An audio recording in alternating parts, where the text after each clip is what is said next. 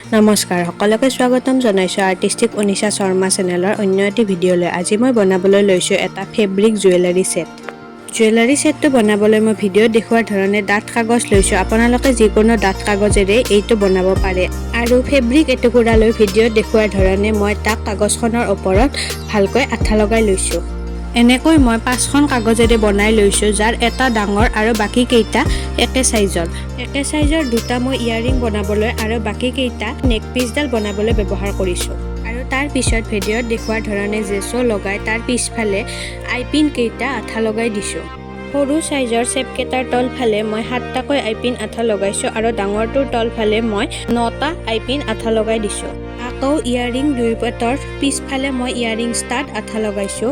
আইপিন কেইটা আঠা লগোৱা হোৱাৰ পিছত গোটেইকেইটাৰ পিছফালে মই আগৰ দৰে বগা কাগজ আঠা লগাই দিছোঁ, যাতে সেইকেইটা আৰু কোনোদিনে ওলাই নাযায়।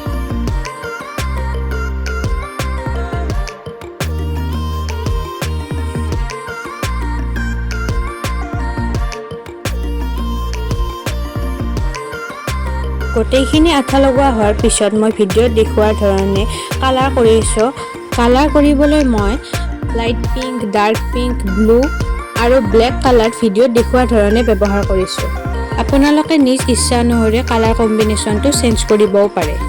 কালাৰ কৰি ভালকৈ শুকোৱাৰ পিছত মই ভিডিঅ'ত দেখুওৱাৰ ধৰণে চেপকেইটাৰ কাষৰ ফালে বল চেইন লগাই দিছোঁ।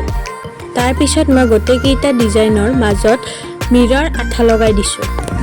তাৰপিছত ভিডিঅ'ত দেখুওৱাৰ ধৰণে আইপিনৰ ভিতৰত 2 প্ৰকাৰৰ মণি সুমুৱাই মই হেংগিং কেইটা বনাইছোঁ আৰু সেই হেংগিং কেইটা গোটেই চেপ কেইটাৰ তলফালে লগাই তাক ভিডিঅ'ত দেখুওৱাৰ ধৰণে লক কৰি দিছোঁ। তাৰপিছত নেক পিচডালত এডজাষ্টেবল টাচেলডাল লগাই নেক পিচ আৰু ইয়াৰিংযোৰ আমাৰ ৰেডি হৈ গ'ল। ভিডিঅ'টো ভাল লাগিলে লাইক, শ্বেয়াৰ আৰু ছাবস্ক্ৰাইব কৰি দিব। Bye bye.